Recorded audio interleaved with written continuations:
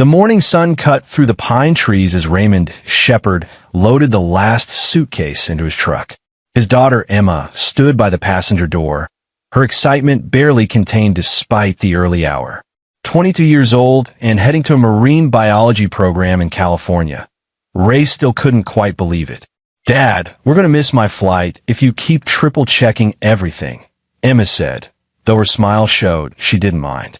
Ray grinned and slammed the tailgate shut. "Just making sure. Your mother would kill me if I forgot something." Emma's expression flickered slightly at the mention of Beatrice, but she recovered quickly. Ray noticed, he always noticed, but said nothing.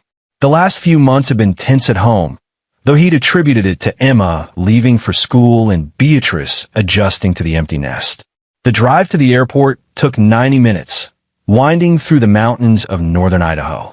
Ray's wilderness camp sat on 200 acres of pristine forest land, inherited from his grandfather 15 years ago. What had started as a modest family retreat had grown into a successful survival training center under Ray's management. Corporate team-building exercises, youth wilderness programs, private survival courses. The business had flourished, especially in the last 5 years. "I'm going to miss this place," Emma said, watching the trees blur past. "But I'm not going to miss the tension." Ray glanced at her. "What tension?" Emma gave him a look that said she knew he wasn't that oblivious. "Mom's been weird for months, Dad. Secretive. And Grandpa Gilbert has been hanging around way more than usual." Gilbert Strickland, Ray's father-in-law, had always been a difficult man, a retired attorney with an inflated sense of his own importance and a barely concealed disdain for Ray's rustic lifestyle, as he called it. But Emma was right. Gilbert had been visiting more frequently, always closeted away with Beatrice in hushed conversations that stopped the moment Ray entered the room. "Your mother's just stressed about you leaving," Ray said, though the words felt hollow even to him. "And you know your grandfather. He likes to feel involved." "Dad," Emma's voice was serious now. "Promise me you'll pay attention. Something's off. I tried talking to Mom about it, but she just got defensive." Ray reached over and squeezed her hand. "I promise. But today is about you. Let's focus on this adventure you're starting." They spent the rest of the drive talking about her program, the research opportunities, the apartment she'd be sharing with 2 other students. By the time they reached the airport, Emma's excitement had fully returned. Ray helped her check her bags, walked her as far as security would allow. "I love you, kiddo," he said, pulling her into a tight hug. "You're going to do amazing things." "Love you too, Dad." Emma pulled back, her eyes shining. "And seriously, pay attention. Trust your instincts." He watched until she disappeared through security, then headed back to his truck. The drive home should have been peaceful, a chance to decompress. Instead, Emma's words echoed in his mind. Trust your instincts. Those instincts had kept him alive during his years working search and rescue before taking over the camp. They'd helped him track lost hikers through snowstorms and identify dangerous wildlife signs. Maybe it was time to start applying them to his personal life. His phone rang just as he merged onto the highway. Rosario, or his name, flashed on the screen. Rosa had been their housekeeper for 8 years, a quiet woman in her 50s who'd become almost part of the family. She rarely called him directly. "Rosa? Everything okay?" The sound that came through the phone made his blood run cold. Rosa was crying. "No," sobbing, trying to catch her breath between words. "Mr. Ray, please don't come home." Her voice was desperate, terrified. "Check the security camera. Check it right now. I'm so sorry. Rosa, what's wrong? What's happening?" Ray's heart hammered as he signaled to pull over. "I came early to clean before my daughter's appointment, and I saw—" "Oh God, Mr. Ray, just check the camera. The living room. Don't come home. Please." The line went dead. Ray guided his truck onto the shoulder, his hands steady despite the adrenaline flooding his system. He pulled out his phone and opened the security app. He'd installed cameras throughout the house 2 years ago after a string of burglaries in the area. Beatrice had complained about the invasion of privacy, but Ray had insisted. Now his fingers trembled slightly as he navigated to the live feed from the living room. The image loaded. Ray's world tilted. Beatrice stood in the center of their living room, her face set in an expression of cold determination he'd never seen before. Next to her, Gilbert Strickland held a leather document folder open, both of them examining papers spread across the coffee table. But that wasn't what made Ray's breath catch. On the table between them lay a large Ziploc bag filled with white powder, too much to be anything innocent. Next to it, several prescription bottles. And in Gilbert's other hand, what looked like Ray's business checkbook. As Ray watched, frozen, Beatrice picked up one of the prescription bottles and opened it, dumping pills into her palm. She said something to her father, and he nodded, producing a small scale from his briefcase. They were measuring something, documenting something. Ray zoomed in on the documents. Even through the phone screen, he could make out his own forged signature on what appeared to be bank statements. His letterhead, his accounts. The implications crashed over him like an avalanche. They were framing him. Drugs, forged documents, embezzlement. No, wait. Ray forced himself to think clearly. The checkbook, the business documents, the sheer amount of what was clearly meant to look like cocaine. This wasn't simple embezzlement. This was elaborate. This was designed to destroy him completely. His phone buzzed with a text from Rosa. They don't know I saw. I left through back door. I'm scared, Mr. Ray. What do we do? Ray's mind raced. Emma's warnings. The secret of behavior. Gilbert's increased presence. How long had they been planning this? And why? The camp was successful, but surely not worth this level of betrayal. Unless understanding hit him. The camp sat on land the developers had been eyeing for years. Prime mountain property, adjacent to a planned resort expansion. Ray had turned down every offer, unwilling to destroy the wilderness his grandfather had loved. But if he were arrested, convicted, sent to prison, Beatrice as his wife would have power of attorney. She could sell. Clever, Ray whispered to himself. Clever and ruthless. But they'd made one mistake. They'd underestimated both Rosa's loyalty and Ray's security system. And now Ray knew. He thought about calling the police immediately, but hesitated. What would he tell them? That his wife and father-in-law were in his house. They lived there. The drugs and forged documents. They'd claim they just found them. Were about to call the police themselves. They'd turn around, make him look paranoid, unstable. Especially if Gilbert had already laid groundwork with local authorities about Ray's concerning behavior. No, Ray needed to be smarter than that. He pulled up his contacts and found Matt Bender, an Idaho State Police detective he'd become friends with during various search and rescue operations. They'd worked together on 3 missing persons cases, and Matt owed him more than one favor. Matt, I need your help, Ray said when the detective answered. And I need you to trust me without asking too many questions yet. That's never a good start to a conversation, Ray. What's going on? My wife and her father are in my house right now, planting drugs and forged documents to frame me. I have video evidence. But if I confront them or call the local police, they'll spin it. I need someone I trust. There was a pause. You're serious. Dead serious. I just dropped Emma at the airport, and my housekeeper called me crying, told me to check my cameras. Matt, they have what looks like kilos of cocaine and documents with my forged signature. Where are you now? Pulled over on Highway 95, about 90 minutes from home. Don't go home. Meet me at the camp. I'm 40 minutes out. I'll call for backup, but quietly. If this is what you say it is, we need to handle it carefully. Matt's voice had shifted into professional mode. Ray, are you sure about this? Absolutely certain? I'm looking at the video feed right now. I can send it to you. Do that. And Ray, don't do anything stupid. Let's handle this legally. Ray ended the call and texted the video file to Matt, then called Rosa back. She answered immediately. Mr. Ray, thank God. Are you okay? I'm fine, Rosa. Where are you? I'm parked 2 blocks away. I didn't know what to do. Should I call the police? No, I've already contacted someone I trust.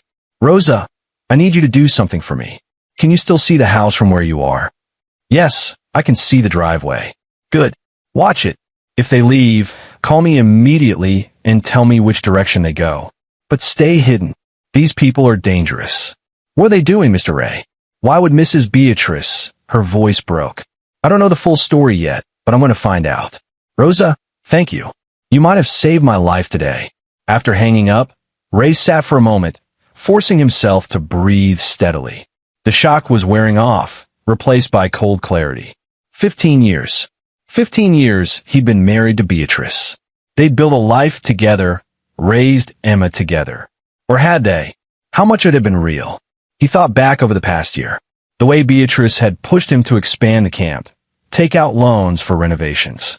The way she'd insisted he add her name to certain accounts for simplicity. The way she'd encouraged him to update his will after his grandfather's death, making her the executor.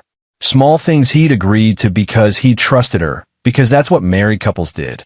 She'd been positioning pieces on a chessboard, and he'd been too blind to see it. Ray pulled back onto the highway, but instead of heading home, he drove toward the camp. The facility sat 15 miles past his house, deeper into the mountains. 20 buildings scattered across 200 acres. The main lodge, cabin clusters, a mess hall, equipment sheds, and his private office. During summer, the place hummed with activity. But it was late September now, and the season had wound down. Only a few late-season bookings remained. The drive gave him time to think. If Matt was 40 minutes out, Ray would beat him there by about 10 minutes. Enough time to secure certain things. Because whatever happened next, Ray needed to protect what his grandfather had built. The turnoff to the camp appeared, marked by a hand-carved wooden sign. Shepherd's Mountain Survival Camp, ST 1987. Ray's grandfather had been a legend in these mountains, a World War II veteran who'd spent his post-war years teaching survival skills and fostering respect for the wilderness. He'd taught Ray everything: tracking, shelter building, fire starting, reading weather patterns, understanding animal behavior. More importantly, he taught Ray to trust his instincts and never ignore danger signs. Ray parked near the main lodge and went straight to his office in the back. He unlocked a floor safe hidden beneath a loose board, known only to him, and pulled out 3 things: backup drives containing complete copies of his business records, his grandfather's original deed to the property, and a loaded Glock 19. He wasn't planning to use the gun, but he wasn't going to be unarmed either. His phone buzzed. "Matt, watch the video." "Holy shit. On my way with 2 other detectives." "Don't engage." Another buzz. "Rosa, they're leaving." Getting into Mr. Gilbert's car. Mrs. Beatrice looks upset. Ray's pulse quickened. Which direction? Toward the mountains. Toward the camp. Of course. They must have realized Rosa saw something. And if they were coming to the camp, it meant they were desperate. Desperate people were dangerous. Ray texted Matt. "They're heading here. ETA, unknown." Matt's response was immediate. "Sit tight. We're 25 minutes out. Do not confront them." But Ray's mind was already working. The camp was his territory. Every trail, every structure, every hiding spot. He knew them intimately. If Beatrice and Gilbert were coming here, they weren't coming to talk. They were coming to finish what they'd started, probably to plant more evidence or to harm him directly while his alibi, dropping Emma at the airport, would make his presence here seem innocent. He moved quickly, gathering equipment from the storage room. A handheld radio, a portable camera, rope, a first aid kit. He wasn't going to hide, but he wasn't going to be stupid either. 20 minutes later, he heard a car engine. Ray watched from the lodge window as Gilbert's silver BMW pulled into the parking area. His father-in-law emerged first, looking around nervously. Beatrice followed, and even from a distance, Ray could see the tension in her movements. Then a third person stepped out of the back seat. Julian Kimball. Ray recognized him immediately, a real estate developer who'd been trying to buy the camp for 3 years. Young, slick, wearing an expensive suit that looked absurd in the mountain setting. Ray had turned down his offers repeatedly, each one more aggressive than the last. So that was it. The affair Emma had suspected, the financial motive, the whole elaborate scheme. It all crystallized in that moment. Beatrice and Julian. Gilbert facilitating. The camp as the prize. Ray's jaw clenched. They thought they'd already won. Julian said something, and Beatrice nodded. Gilbert pulled a large duffel bag from the trunk, probably containing more evidence to plant. They started walking toward the lodge, then stopped. Beatrice pulled out her phone, presumably trying to call Ray. He ignored it. "Looking for me?" Ray's voice carried across the parking area as he stepped out onto the lodge porch. All 3 of them froze. Beatrice's face went pale. Gilbert's expression shifted from surprise to anger. Julian simply looked annoyed, as if Ray were an inconvenience rather than a person. Raymond, Beatrice said, and he heard the false sweetness in her voice, the tone she used when she wanted something. I thought you'd be on your way back from the airport. We were just what? Ray cut her off, walking down the steps slowly, deliberately. Just coming to plant more evidence? Just coming to finish framing me for crimes I didn't commit? The mask fell. Beatrice's face hardened. Gilbert straightened, his lawyer instincts kicking in. Careful what you accuse people of, Raymond. Slander is a serious. I have video, Ray said simply. The house. The living room. All of it. The drugs, the forged documents, everything. Rosa called me before you even knew she was there. He watched the implications sink in. Beatrice's face went from pale to ashen. Gilbert's hand tightened on the duffel bag. But Julian smiled. See, this is the problem with you, Shepard, Julian said, stepping forward. You're always one step behind. You think a video matters? We'll destroy it. We'll say it was doctored. And by the time anyone investigates, you'll be dead. The casual way he said it, dead, sent ice through Ray's veins. Julian, shut up, Beatrice hissed, but the developer ignored her. You were supposed to be arrested today. Nice and clean. You'd go away for drugs and fraud. Beatrice would sell us the land, and everyone would be happy. Well, everyone except you, obviously. But you had to have that fucking housekeeper who actually cares about you. That's enough. Gilbert snapped, but the damage was done. No, Dad, let him talk, Ray said, his voice deadly calm. He was recording this on his phone in his pocket. Matt had taught him that trick during investigations. I want to hear the full plan. Julian laughed. What does it matter? You're here alone. Gilbert brought insurance. He nodded at the duffel bag. See, after you have your unfortunate accident, probably a fall during a solo hike, so tragic, we'll plan enough evidence to make sure no one questions it. Depressed about Emma leaving, drug problem no one knew about, financial troubles. It all fits. You're insane, Ray said. No, I'm a businessman. This land is worth $15 million. Your camp makes, what, $300,000 a year? You're wasting it. But people like you never understand. You cling to sentiment while the rest of us see opportunity. Ray, please, Beatrice spoke up, her voice cracking. It doesn't have to be this way. We can work something out. Sell the camp, take your share, and leave. Start somewhere new. Ray looked at his wife, his soon-to-be ex-wife, and felt nothing but disgust. How long? How long have you been planning this? She hesitated, then seemed to realize there was no point in lying anymore. 2 years. Since Julian first made the offer. But I didn't want you dead, Ray. That was never. She shot a glare at Julian. That wasn't part of the plan. Plans change, Julian said with a shrug. Your husband's too stubborn to simply walk away. So we adapt. Ray heard it then, the distant sound of vehicles on the mountain road. Matt was close. He just needed to keep them talking a little longer. You won't get away with this, Ray said. Even without the video, you think people won't ask questions? Emma will know something's wrong. Rosa saw everything. Rosa, Gilbert sneered, speaking for the first time in minutes. An undocumented immigrant you've been employing illegally for years? Who do you think they'll believe? Her or us? Ray's hands clenched into fists. Rosa has her papers. I helped her get them 3 years ago. She's a citizen. That surprised them. Good. Keep them off balance. The engine sounds were getting closer. Julian heard them too, his head snapping toward the road. Who did you call? State police, Ray said calmly. Detective Matt Bender. Old friend of mine. He's watched the video, and he's about 30 seconds away. Panic flashed across Beatrice's face. Gilbert started backing toward the BMW. But Julian's hand went to his waistband, pulling out a pistol. Then I guess we're doing this the hard way, he said, raising the weapon. Everything happened at once. Ray dove behind a support column as Julian fired, the shot splintering wood inches from his head. Beatrice screamed. Gilbert stumbled, dropping the duffel bag. And then 2 police vehicles came roaring into the parking area, sirens blaring. Drop the weapon. Matt's voice boomed through a loudspeaker. Julian Kimball, drop the weapon now. But Julian didn't drop it. Instead, he grabbed Beatrice, using her as a shield, the gun pressed to her temple. "Back off. I'll kill her." Ray's mind raced.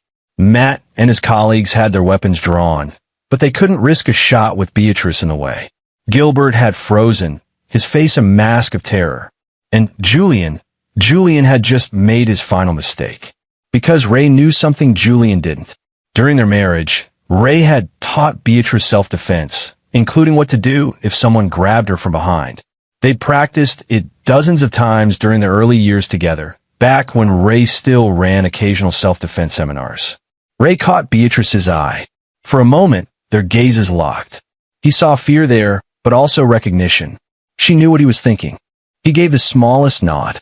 Beatrice stomped down hard on Julian's instep, exactly as Ray had taught her, while simultaneously dropping her weight and ducking her head. Julian's grip faltered for just a second. Long enough. Matt's shot was perfect, hitting Julian's shoulder. The developer went down screaming, his gun skittering across the gravel. In seconds, officers had all three of them in custody. Matt approached Ray, his expression grim. "You okay?" "I'm okay." Ray's hands were shaking now, adrenaline crashing.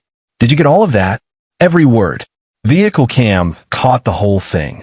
"Combined with your house video and what you recorded on your phone, we've got enough to put them away for a long time." Matt looked at where Beatrice sat in the back of a police car, her face in her hands. "I'm sorry, Ray. I know this isn't easy." Ray just nodded, unable to speak. The woman he'd loved, had built a life with, had just tried to destroy him. For money. For land. For a man who'd been willing to kill him without hesitation. As more police vehicles arrived and officers began processing the scene, Ray walked away from the chaos, heading deeper into the camp. He found himself at his grandfather's memorial, a simple stone marker overlooking the valley. "I kept your promise, Gramps," Ray said quietly.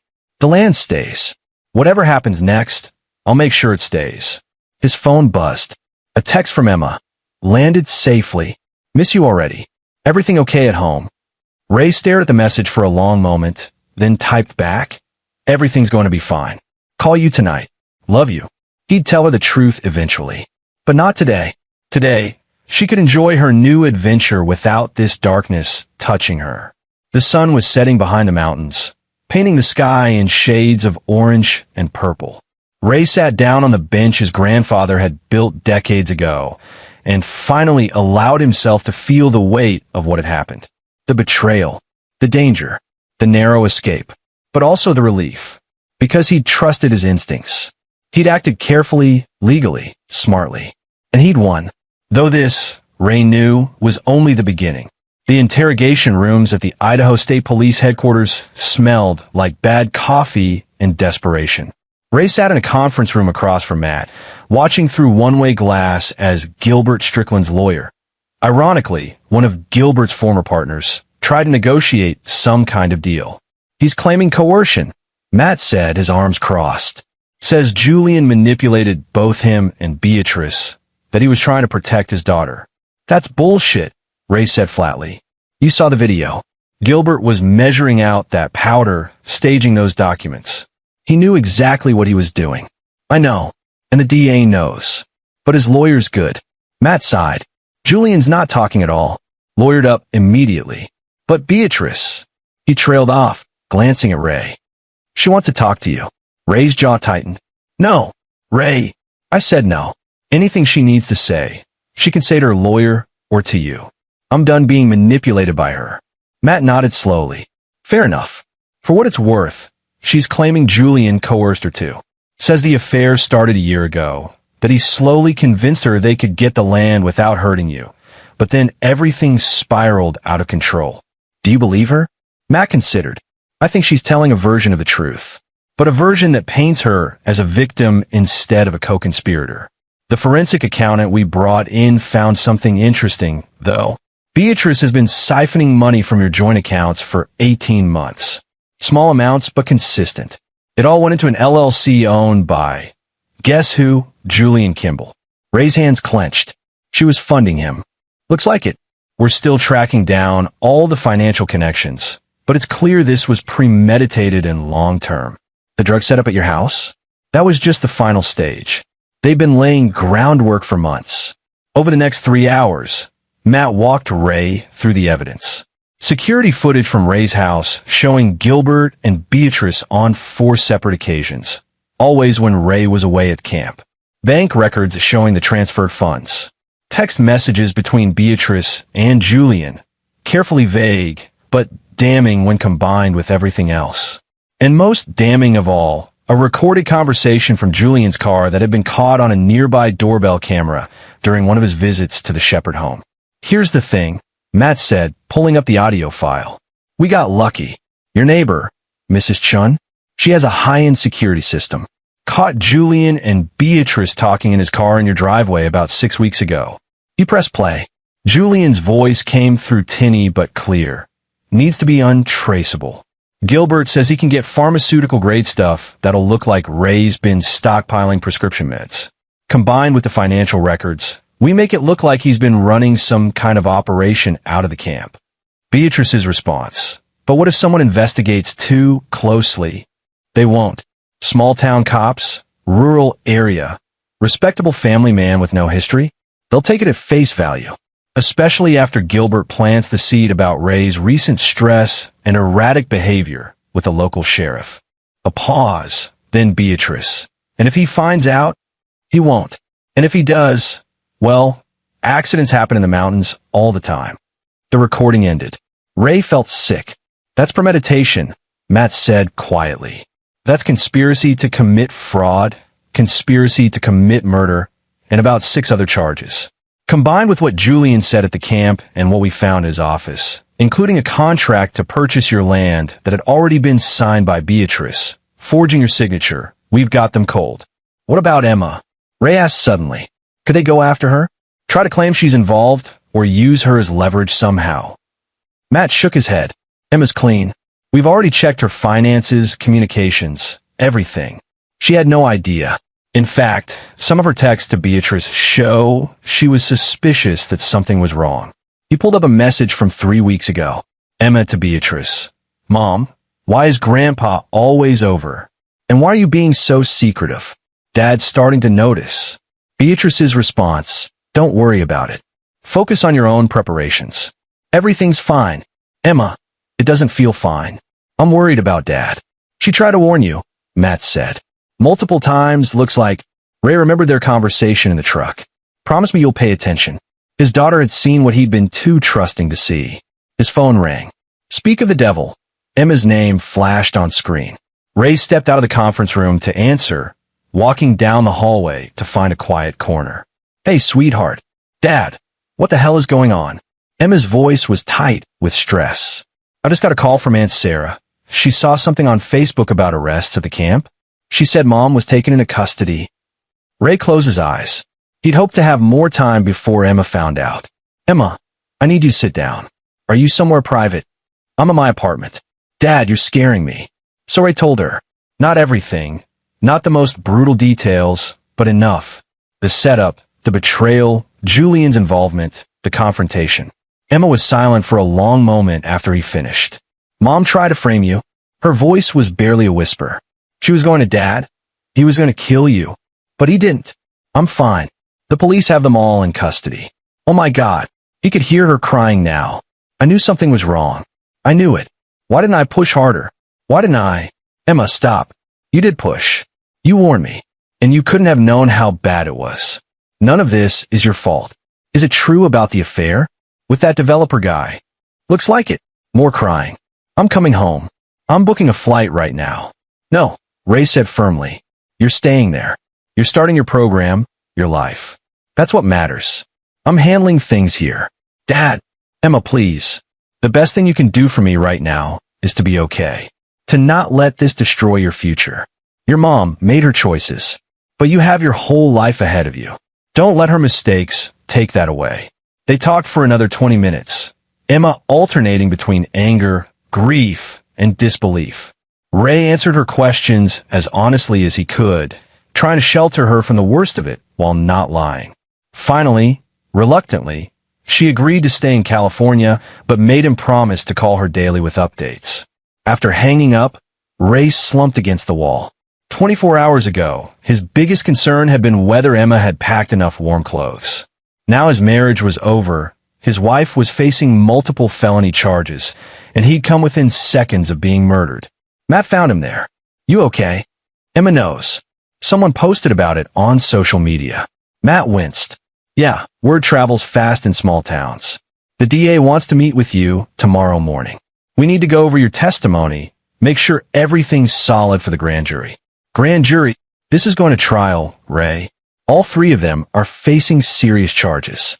Gilbert's lawyer is already making noise about a plea deal, but the DA wants to make an example of this. Attempted murder, fraud, conspiracy. This isn't some white-collar crime we can sweep under the rug." Ray nodded slowly. "Good. I want them to face consequences. All of them. Even Beatrice?" Ray met Matt's gaze. "Especially Beatrice. She betrayed 15 years of marriage. She was willing to destroy me, destroy everything my grandfather built for money. For some developer who would have killed me without a second thought." His voice hardened. "Yeah, I want her to face consequences." That night, Ray stayed at a hotel.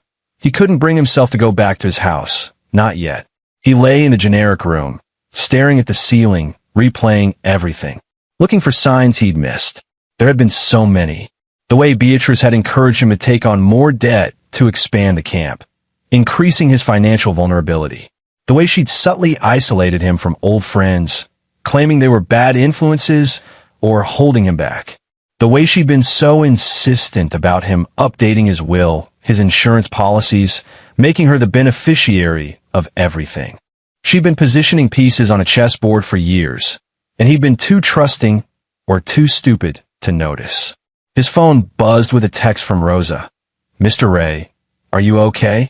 I saw the news. I'm so sorry about all of this." He replied, "I'm okay, Rosa. Thank you for calling me.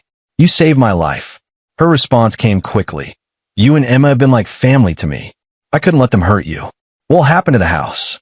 "Your things." Ray hadn't even thought about that. The house was in both his and Beatrice's names. His lawyer would have to sort out the divorce proceedings while criminal charges were pending. It would be messy. "Don't worry about that yet," he typed back. "I'll figure it out. You should take some time off. Paid. I'll send you 2 weeks' salary." "You don't have to do that, Mr. Ray." "Yes, I do. You've more than earned it." Another text came in, this one from an unknown number. "Mr. Shepard, this is attorney Vince Potts with Morrison and Associates.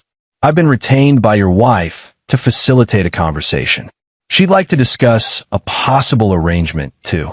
Ray deleted it without reading the rest. Any communication would go through his own lawyer. He must have dozed off eventually, because he woke to sunlight streaming through the hotel curtains and his phone ringing. Not Matt this time. His own attorney, Bob Ayala, whom Ray had called from the police station the night before. "Ray, we need to talk," Bob said without preamble. "I've reviewed the police reports and the evidence they shared with me. This is bad. For them, I mean, good for you." That's what Matt said. Matt's right. But there's something else. "I got a call this morning from Vince Potts. He's representing Beatrice. He wants to discuss a divorce settlement that would involve her pleading guilty to reduced charges in exchange for signing over all her interests in the camp and the house." Ray sat up. "What's the catch?" "The catch is she wants you to provide a character statement to the judge, asking for leniency. She's trying to paint herself as a manipulated spouse who got in over her head." "Absolutely not." "Ray, think about it. You'd get everything. The camp, the house, full custody of any shared assets. She'd be out of your life, and she'd get a lighter sentence. Maybe probation instead of prison time. No deal, Bob. She made her choices. She can face the consequences." Bob sighed. "I figured you'd say that. For what it's worth, I agree." Her lawyer also mentioned that Julian Kimball's attorney is floating the idea of Julian testifying against Beatrice and Gilbert in exchange for a reduced sentence. That got Ray's attention. Julian turning on them? Makes sense. He's the one who physically pulled a gun, took a hostage, made explicit threats. He's facing the most serious charges. If he can pin the planning and conspiracy on the others, he might avoid life in prison. Would that work? Potentially. But here's the thing, Ray. You have leverage here. The DA needs your cooperation, your testimony. You're the victim and the key witness. If you make it clear you want maximum charges for all three of them, that carries weight. Ray thought about it. Julian had been the one to threaten him directly. Yes. But Beatrice and Gilbert had orchestrated the whole thing. They planned it, funded it, set it in motion. Julian was just the hammer they'd hired to smash Ray's life apart. No deals, Ray said finally. They all go down together, where the DA can fight it out in court. But I'm not helping any of them reduce their sentences. Understood. I'll communicate that. Now, about the civil side, you should know that Beatrice has filed for divorce. Ray laughed bitterly. Of course she has. She's claiming irreconcilable differences and asking for an equitable distribution of assets. Her lawyer is arguing that despite the criminal charges, she's still entitled to half of everything acquired during the marriage. Like hell she is. We'll fight it. Given the circumstances, the fraud, the conspiracy, the fact that she was actively trying to steal from you, we have a strong case that she should forfeit any claims. But it'll take time. Months, maybe longer. I don't care how long it takes. She doesn't get to destroy my life and then profit from it. They talked for another 30 minutes about legal strategy, financial protection, and what Ray needed to do to secure his assets. When Ray finally hung up, he felt exhausted despite having just woken up. His phone rang again immediately. This time, it was a number he recognized. Owen Parker, who owned the Wilderness Supply store in town and had been one of Ray's grandfather's oldest friends. Ray, just heard what happened. Owen's gruff voice came through. Want you to know you've got support here. Beatrice and that slick city lawyer of hers might have some people fooled, but not us who know you. Anything you need, you just ask. It was the first of a dozen similar calls Ray would receive that day. Friends, colleagues, clients from the camp, people from town. Word had spread fast, and the community was rallying around him. It helped, though Ray felt numb from the emotional whiplash of the past 24 hours. By afternoon, Ray was back at the police station for a formal interview with the DA, a sharp woman named Lydia Davis. She was methodical, taking him through every detail of the past 2 years, looking for anything that might establish a pattern of behavior or premeditation. Mr. Shepard, she said after 2 hours of questioning, I want to be clear about what we're dealing with here. This isn't just a domestic dispute that got out of hand. What your wife, her father, and Mr. Kimball did constitutes serious organized crime. They plan to frame you for drug trafficking and financial crimes, with the ultimate goal of either incarcerating you or killing you so they could seize and sell your property. She pulled out a document. We found this in Julian Kimball's safe. It's a sale contract for your land, dated 3 weeks from now, signed by someone claiming to be you, but with your wife as the witness. They were planning to execute this the moment you were arrested or dead. Ray stared at the forged signature. It was good, too good. How did they? Your wife had access to your documents, your signature style.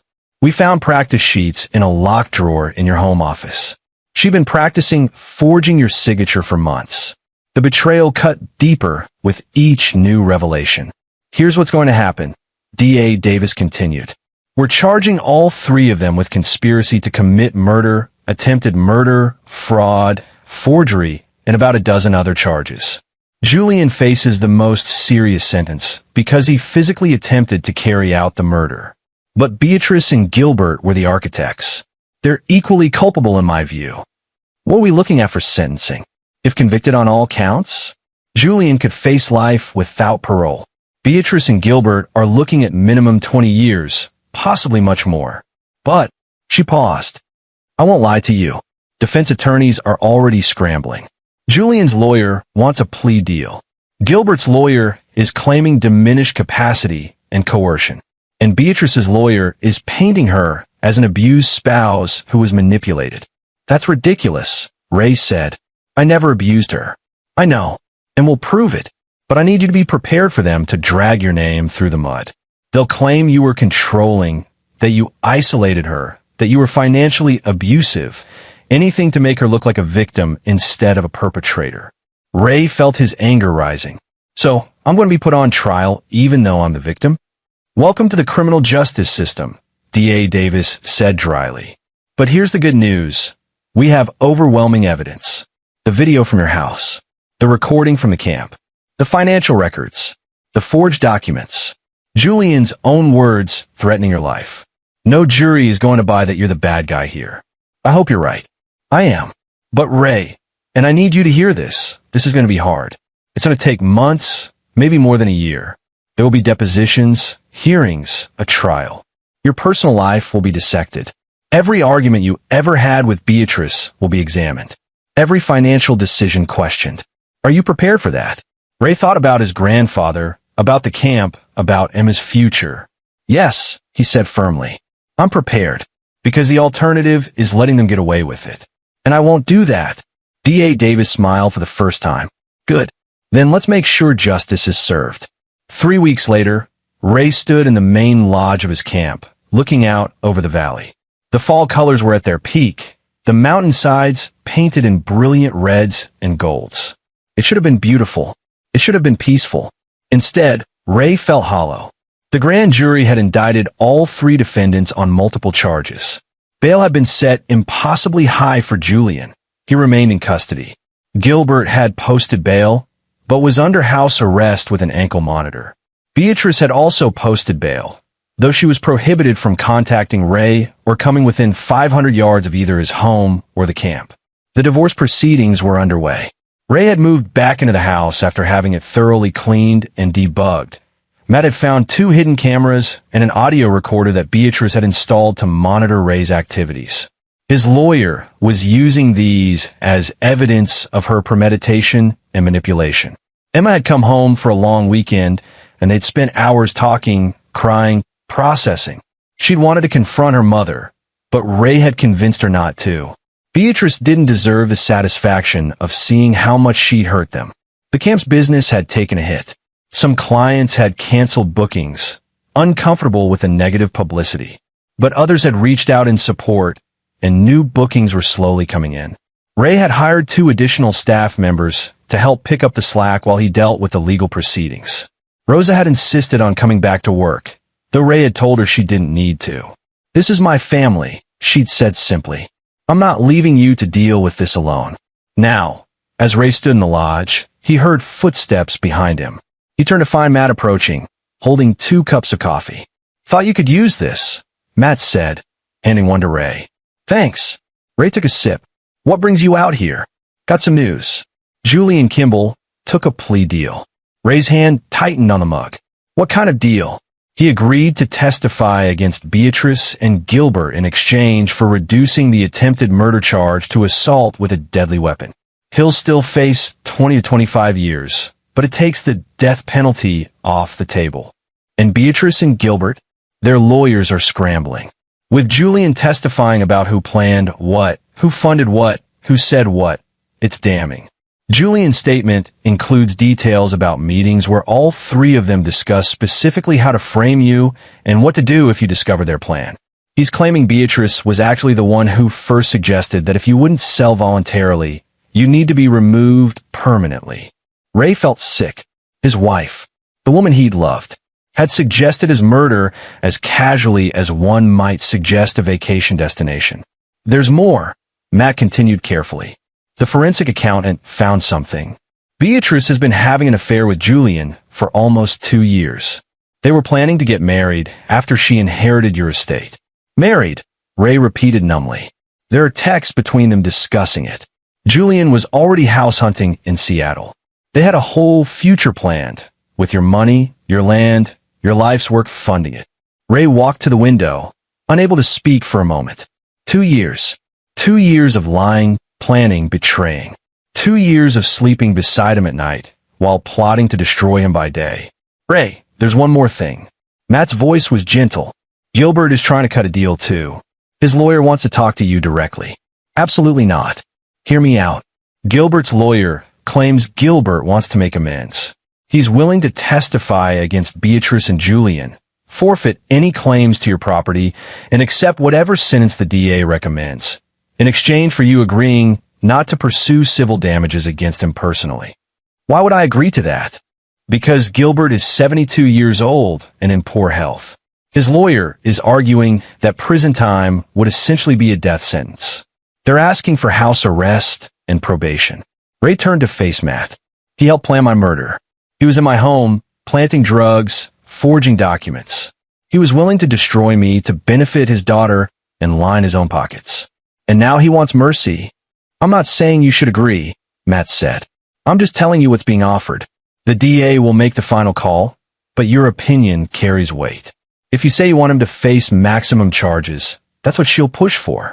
Ray thought about Gilbert, a man who'd barely tolerated Ray from the start, who'd made it clear he thought his daughter had married beneath her station. A man who'd nevertheless been welcomed into Ray's home, invited to family dinners, included in holidays. No mercy, Ray said finally. He's an adult. He made his choices. He can face the consequences. Matt nodded. I'll let the DA know. Ray, for what it's worth, I think you're handling this with incredible strength. A lot of people would have fallen apart. I'm falling apart on the inside, Ray admitted. I'm just too stubborn to let it show. That night, unable to sleep, Ray found himself hiking one of the camp trails by moonlight. It was something his grandfather used to do, walk the land when troubled, let the wilderness provide perspective. He ended up at the highest point on the property, a rocky outcrop overlooking the valley. In the distance, he could see the lights of the town, tiny pinpricks against the darkness. How many of those lights represented people dealing with their own betrayals, their own pain, their own struggles? His phone vibrated. A text from an unknown number. Ray, it's Beatrice. I know I'm not supposed to contact you, but I'm using a friend's phone. Please, I need to explain. None of this was supposed to happen this way. I never wanted you hurt. Julia manipulated me. Can we please talk? Ray stared at the message for a long moment, then deleted it without responding. He knew her lawyer would claim her phone had been stolen, that she didn't send the message. But it didn't matter. He had nothing to say to her. A second text came through. I still love you. Everything I did because I felt trapped. You were always so focused on the camp, on your grandfather's legacy. I felt invisible. Julian made me feel seen. Ray's jaw clenched. She was trying to rewrite history, paint herself as a neglected wife who strayed out of loneliness. But the evidence told a different story, evidence of calculation, premeditation, cold planning.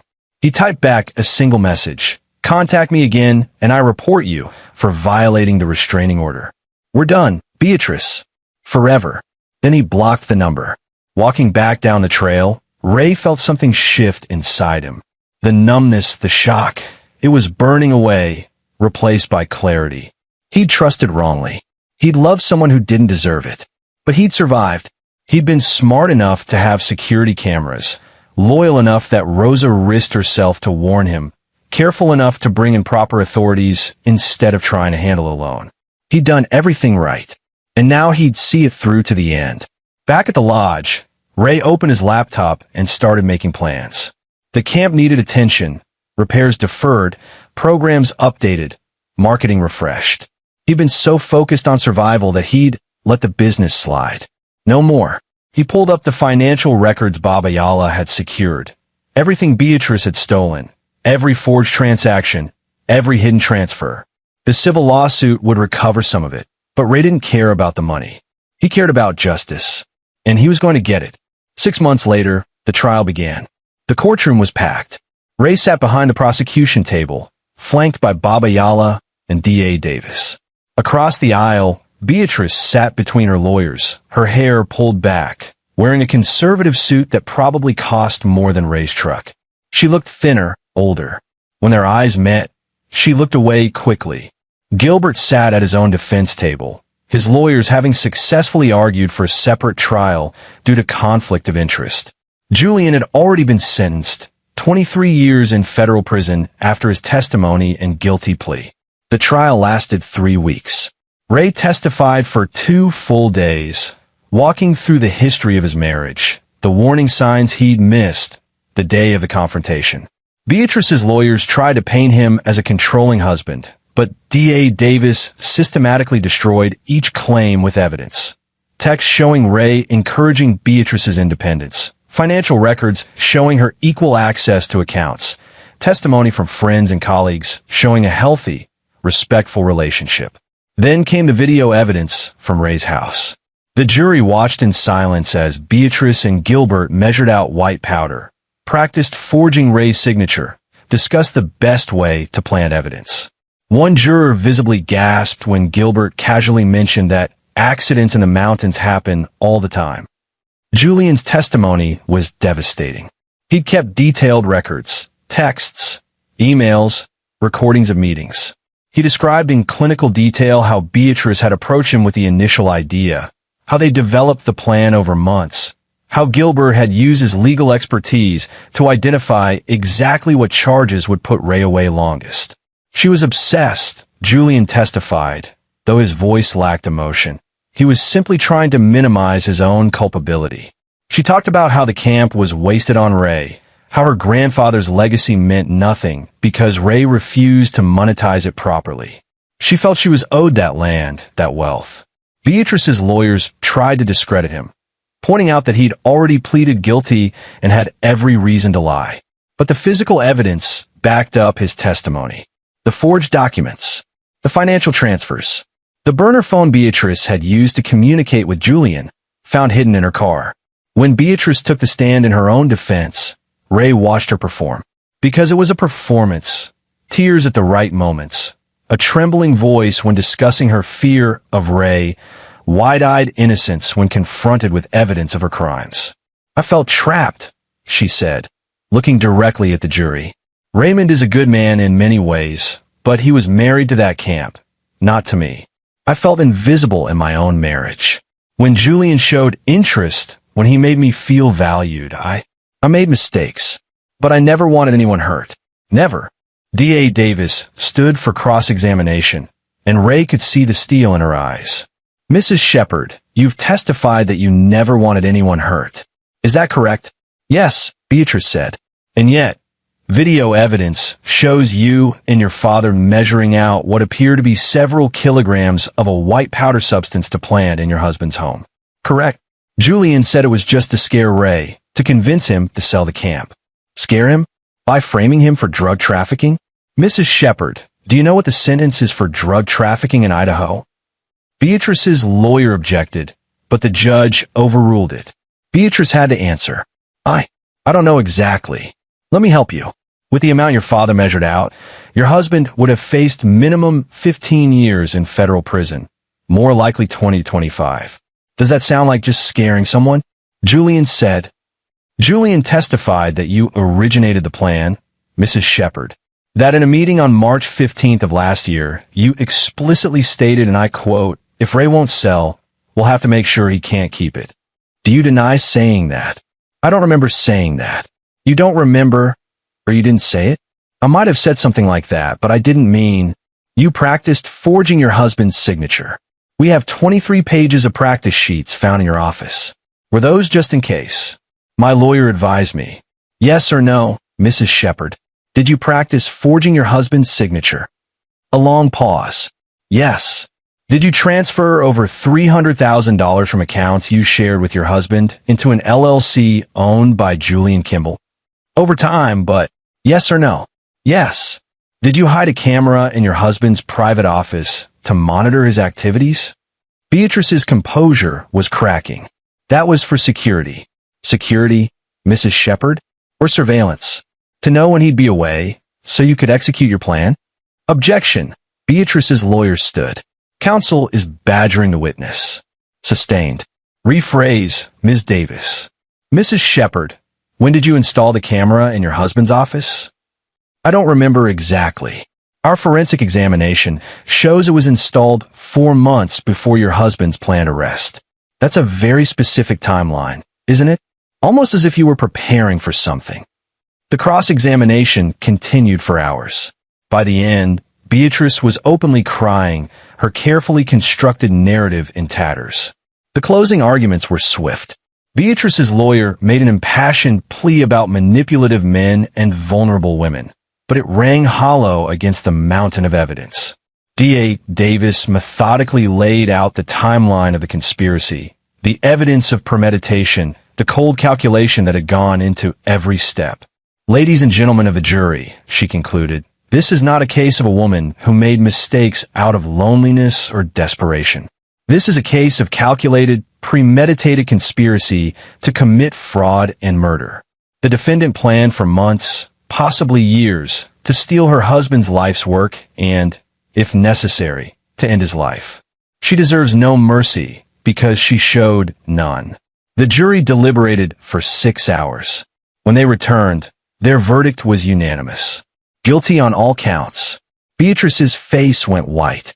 Her lawyers immediately began discussing appeals, but Ray knew it was over.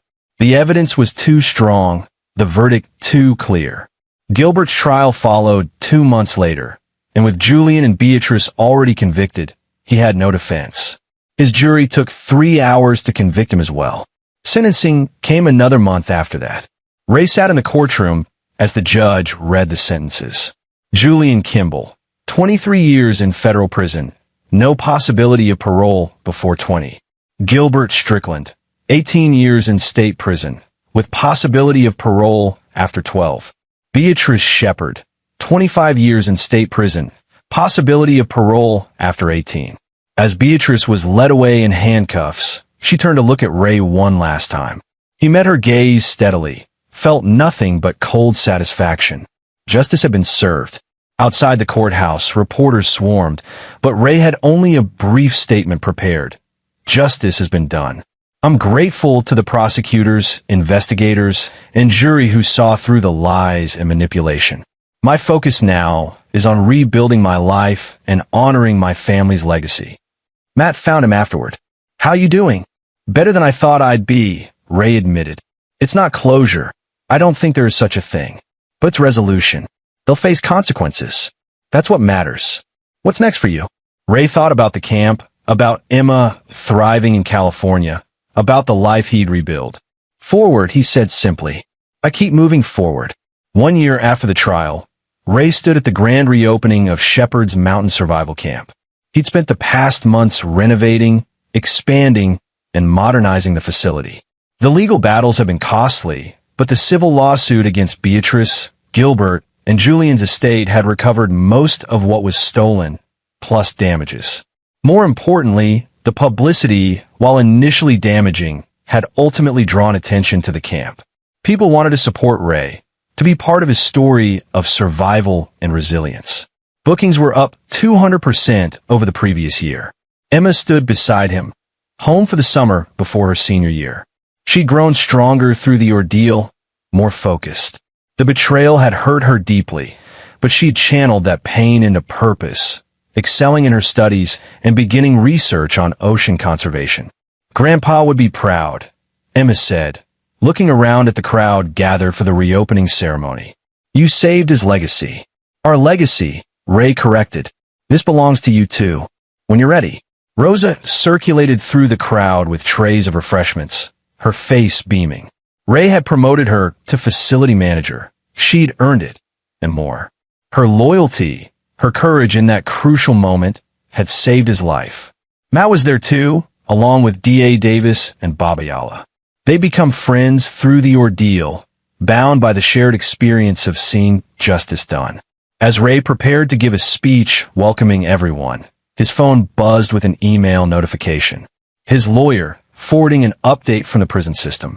Beatrice Shepard has filed an appeal claiming ineffective counsel and new evidence. Appeal denied by circuit court. Ray deleted the email without reading further. Beatrice would probably file appeals for years, grasping at straws, trying to reduce her sentence. It didn't matter. She was locked away, unable to hurt him or anyone else. He stepped up to the microphone, looking out at the crowd. Friends, clients, supporters, staff. People who'd stood by him, believed in him, helped him rebuild. Thank you all for being here today, Ray began.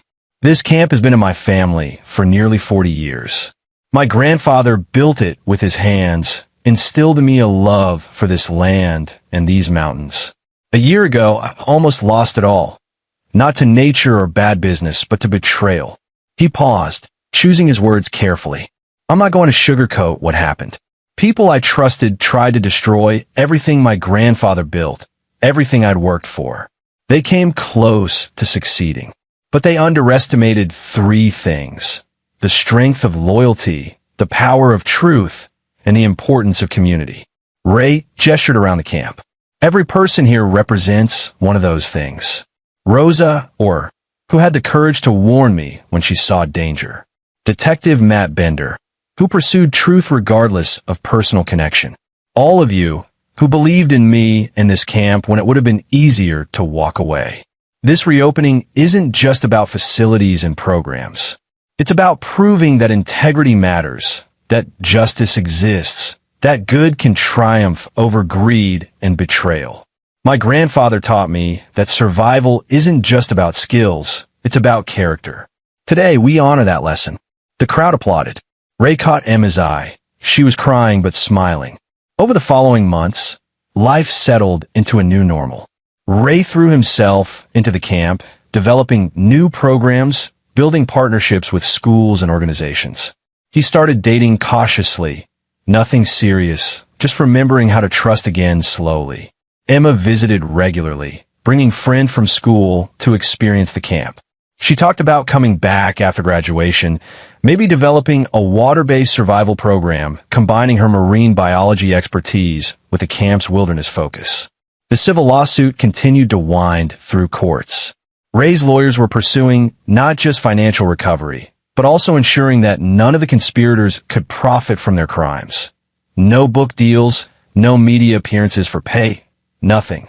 They tried to steal his life. He'd make sure they gained nothing from it. Sometimes, late at night, Ray still thought about those moments in the parking lot when Julian had pulled the gun. How close he'd come to dying. How different Emma's life would have been if things had gone the other way. But mostly, he focused on what he'd gained. Clarity about who mattered in his life, strength he didn't know he possessed, and a renewed commitment to the values his grandfather had taught him. 2 years after the trial, Ray received a letter forwarded through his lawyer. It was from Beatrice, written from prison. He almost threw it away unopened. But curiosity won. Dear Raymond, it began in handwriting that still looked familiar despite everything. I don't expect forgiveness. I don't deserve it. But I need you to know that I am truly sorry. Not sorry I got caught. Sorry for what I did. The person who planned those things, who betrayed you, who was willing to see you destroyed. I don't recognize her anymore. Prison gives you a lot of time to think, to realize what you've lost. I lost a good man, a good life, a daughter who can barely stand to hear my name. I lost myself. For what? Money I'll never see? Land I'll never walk on? A man who's serving his own sentence and won't even return my letters? I know this doesn't matter to you. I know I destroyed any right to your compassion. But in whatever small way it's worth, I want you to know you deserved better. Emma deserved better. I'm glad you survived me. I'm glad the camp is thriving. I'm glad Emma is succeeding. Those are the only good things to come from this nightmare. I won't contact you again. This isn't manipulation or a play for sympathy. It's just closure, I suppose. For me, if not for you. I'm sorry, Raymond. I'm so sorry. Beatrice. Ray read the letter twice, then carefully placed it in a file with other legal documents. Not for sentimentality, but for completeness. The story needed all its pieces. He didn't write back. There was nothing to say. Beatrice had made her choices. She'd live with them. That evening, Ray hiked up to his grandfather's memorial as the sun set over the mountains. The valley below was painted in shades of gold and amber, the camp's lights beginning to twinkle in the gathering darkness. I kept my promise, Gramps, Ray said to the memorial stone. The land stays. The camp thrives. And I'm still standing. The wind through the pines sounded almost like approval. Ray's phone buzzed, a text from Emma. Landing at 6 p.m. tomorrow. Can't wait to show you my research. Maybe we can talk about that water survival program? I've got ideas. Ray smiled, typing back. Can't wait. I'll pick you up. Love you. Love you too, Dad. Proud of you. As he walked back down the mountain, Ray felt the last pieces of his anger and pain fading. Not forgotten, the scars remained, but healed, stronger for having survived. Beatrice was behind bars. Gilbert was behind bars. Julian was behind bars. Justice had been served, fully and completely. They'd faced decades of consequences for their actions, while Ray moved forward with his life, his daughter, his camp. Some might say revenge was a dish best served cold. Ray preferred to think of it as justice served exactly right thorough, legal, and permanent. The camp's lights grew brighter as he approached. Inside the main lodge, staff were preparing for tomorrow's new group of clients. Life continuing. Legacy preserved. Future secured. Ray Shepard had survived betrayal, escaped murder, and ensured that those who tried to destroy him faced full accountability. Not through violence or illegal means, but through intelligence, preparation, and the patient, relentless pursuit of justice. And in the end, that victory, earned, righteous, and complete, was sweeter than any revenge could ever be. He'd won by being smart, by trusting his instincts, by doing everything right. And he'd keep winning, one day at a time, for the rest of his life. And there you have it. Another story comes to an end. What did you think? I'd love to hear your thoughts in the comments below. If you enjoy this story, consider joining our community by subscribing. It means the world to us. For more stories like this one, check out the recommended videos on screen. And I'll see you there.